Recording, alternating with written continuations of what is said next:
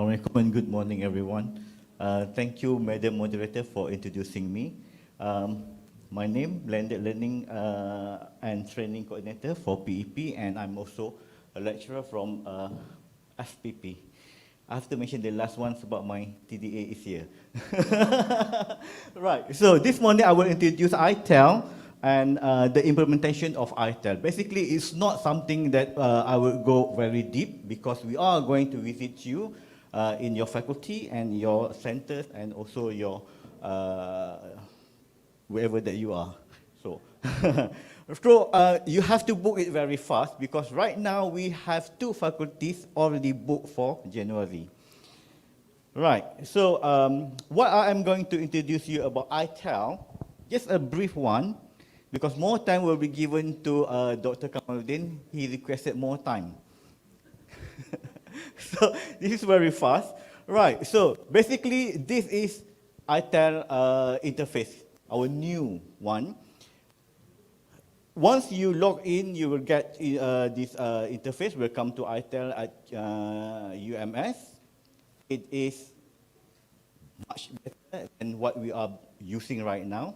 Since 2015, we've been using Smart UMS, and then followed by Smart 2 UMS. And then now we are using Smart version 3 UMS. And next semester, we are moving towards what is called ITEL at UMS. So, ITEL at UMS is much, much, much better in so many ways compared to what we are using right now. That I can guarantee you. In the term of attractiveness, in the term of robustness, the term of interactive and all sorts of things that you can think of, it's so much better than what we are using in Smart version 3. Okay, so that is why we are welcoming you to merge into ITEL at UMS. Right, in ITEL at UMS, we have this philosophy. Learn remotely from anywhere. We can learn from anywhere. Basically, this is what we want to achieve. You can be anywhere. Our student can be anywhere. Especially us. We can be anywhere, but our class is still on. That is one most important thing.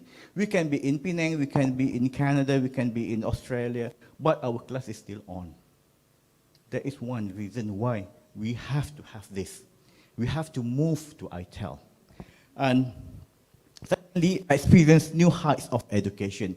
This is the most important thing about ITEL.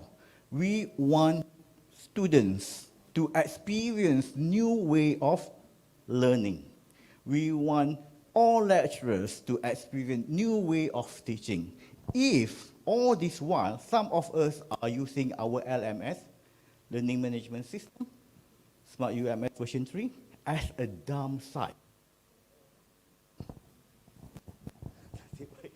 Okay, so we upload all our notes. We upload just for 1732. We put all our notes. I have checked some of the LMS that has input with 300 overs inputs. When I went through, what are these 300 over inputs? They are notes and notes and notes and notes and notes and notes. PDF, PDF, PDF, PDF, PDF, that's all. Of course, there are some assessments and a few activities just to comply 1732. The reason here is why that we have to do that. Why that we have to dump all our notes in our LMS. Our LMS supposed to be used to teach our students. They should be using ITEL for learning. That is why one of the research survey that I have conducted, the question would be, the question was, how do you find your LMS interesting or not interesting? I got 85% said not interesting. And the next question, why is it not interesting? Boring, the highest. Why is it boring? We do not know what to do. We do not know which one to read. There are so many notes there. We do not know which one to read. That is why I use the word dump our notes inside the LMS, which is not the purpose of we, PEP, introduce Smart UMS from the first one until the version 3. Right, since we are moving towards experience new heights of education in ITEL, there are ways of looking at it. We could use this ITEL while teaching. Instead of we using our PowerPoint, the same way that we've been brought up 20, 25 years ago in the university, and we're still using that one now in our lecture. PowerPoint slides. Right, we have forgotten that our students, they are in the digital world, and we were not. That is why we are stuck in the not in the digital world. But we have forgotten that we have to move on into the digital world, because we have to compete with them. That is why we need to use this one. Right, so when you log in, of course you have to register your course, and then you just log in as usual. So you will, this one, don't forget, remember username, because I always forgot who the user are. And or sometimes I have to go here, lost my password. Right. So once it's done, so this is what you will see. All right, so it's so much nicer, it's so much prettier, it's so much friendlier, it's so much. All right, right. If we look at here, you can change the language. Okay, if you think your student were, which is quite impossible, don't understand English at all, you can use BM here. All right, so the flag, Malaysian flag will appear there, right? And then your picture will be at the end there. So here we have profile, grades, calendar, private files, reports, preference, and logout. And we have all this here in your dashboard. The messages. If you are using ITEL as the mean of communication and for the 14 weeks, instead of using WhatsApp, Telegram, and everything, you can use this one, because you can install this one in your phone. This one's another app that you can use. Of course, you can update your profile here. It's best to have your profile updated and your preference settings for your layout. Okay? And grade, of course, you can move all your grades that you conducted using this one into the grade parts there. Okay, so basically we have also calendar. Calendar here, if you scroll down, you will see the calendar. This is like yesterday, Google Calendar lah. Yeah?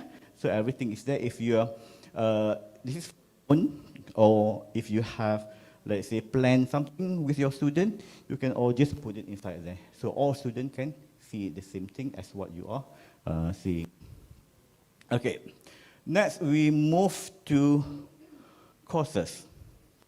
So home just now, dashboard here, and then we move to courses. If you have registered your course, once you click on the course, my courses, definitely it will appear your course. So in this case, this is the only course that I have this semester, Children in Flower Family. So this is basically what will appear in your computer, and there is a blue box here. Okay, this blue box, when you hover your cursor on this blue box, the word view will come out. Okay, so you just click on that on here, and it will take you to your the content page. So this is where everything is developed for you. Okay, so I would like to share a few things here, 2 things this morning. And of course, before everything, we have to turn the editing on. This is so much clearer compared to Smart UMS 3, because it's here. Okay, last time, if I'm not mistaken, I mean now, not last time, it's somewhere up here, if I'm not mistaken. It's a blue color, a green in color, but now it's gray, and it's so clear. And we have this ribbon here.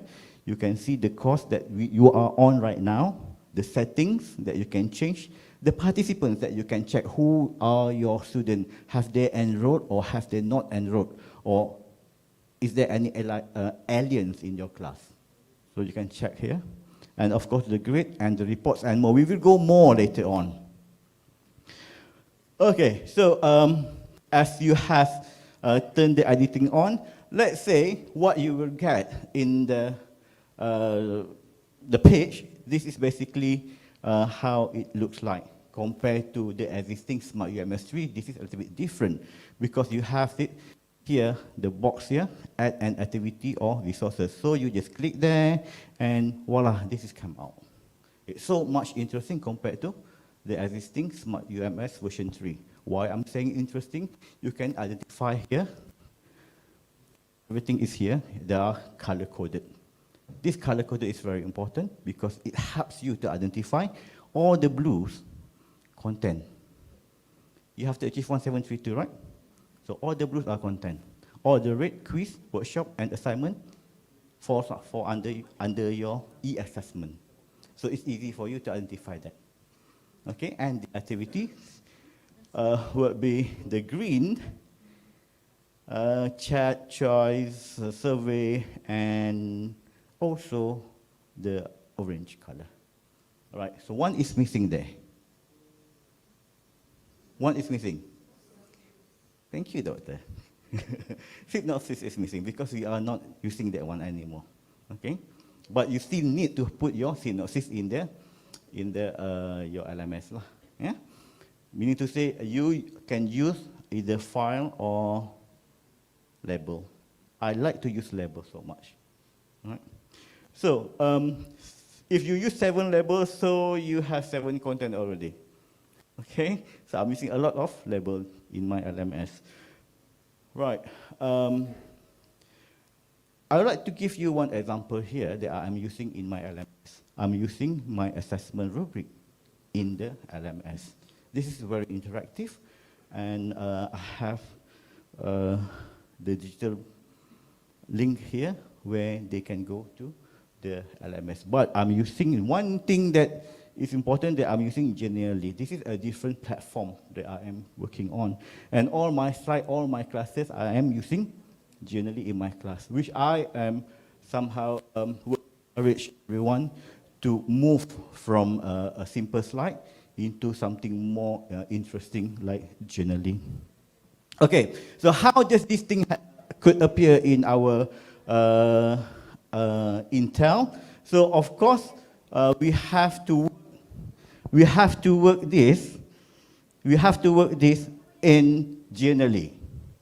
Okay, we have to install Genially lah. It's free. There are lots of templates, and you can also pay for the templates in Genially. But the free templates are interesting enough for you to choose and use from. Okay, so once this is let's say you are working on this rubrics poster in Genially platform, and once it's completed, you have to. Okay, this is the Genially at the back there that I've been working on. So once you have completed that, you just click share and insert and copy this one in frame, not script. Okay, in frame. Then, of course, we have to go back here, label, and this one will appear. And click on this one and paste it there, the link that you have copied from the Genially just now. So you will get this one. Okay, so what can you find this one? For example, it is easier for the student to just go, it's a little bit interesting compared to then there's a piece of paper that they just read. And that makes it very boring, black and white. This is my course size rubric, and this is interactive, and it's back here. Okay, so that is how we need to do. And the same goes to the digital portfolio and oral presentation as well. Right, so now we move on to, just give me about, bear with me for about 5 to 7 minutes more. The next step, which is on more here. There are more here. And this feature is very interesting. I think it's very interesting. If we are questioning ourselves, how are we going to get our students engaged or participate in ITEL? Are they just going in and read the note, download the note, and copy it down and paste it somewhere else, or download it and transfer it into their file? No. We need them to work in ITEL. We are using ITEL almost 14 weeks. Although we have 30%, but it's not wrong to use until 14 weeks. Okay, we go to more. We have badges there. This badges application is also exists in the current Smart UMS 3, but it's not been widely explored. Right, so for the ITEL, I would suggest maybe we can move on this one. We use badges. This is something like token given to the student on the activity that they are doing. Okay. Some of the students like to collect buttons. For those who are in Scouts, Brownies, Pandu Putri, Girl Guides, so all our life in school during those times is just to collect badges. Just badges. And when there's no badges, we started to collect buttons. So now, they can still collect badges in the LMS. And these badges will appear in their LMS page account of the course. Right. Click on badges. I'll just give some example here. I'm not going very detailed. We will show you how that you do these badges when we're visiting you. Right, so for example here, all you have to do is just add new badges here. I already have 2 here. I awarded these 2 badges. One is for topic 6 top contributor and topic 4 top contributor. So meaning to say these are for the student to collect. Okay, and we know how many of them have collected the buttons, the badge. For example, for topic 4, I have 16 recipients. For topic 6, I have 28 recipients. Because here it's a little bit tougher to get the badge compared to this one. It's a bit lenient. When I saw this part, why there are not many of them collecting the badge, I started to look at my requirement, my criteria that I put in. So it's a little bit tougher for them to do that. So I make it a little bit more lenient for the second activity on topic 6. That is why I get more people, students, receiving their badge. So that is how it works and how the tricks are. Right, so if we are looking at number 28, these are the students, we know who they are. Recipient 28, students here, the number. And let's say we look at this student, Kunti Indrawati Kartini Latifah Sri Kunti, my e-mobility student from Indonesia. We can view the badge that she has collected. This is appeared in her LMS. So it's something probably feel proud of it, collecting like maybe 10 or 20 badges, how many badges that you are offering to them. Okay, so these are 2 aspects that I would like to that I just shared with you this morning, and more will come when we are visiting you. Book your appointment with us so that we can visit you as soon as possible before the second semester starts. That's the most important thing. And to sum up everything, I like this Walt Disney course. We keep moving forward, opening new doors and doing new things because we are curious, and curiosity keeps leading us down new paths. With that, I thank you.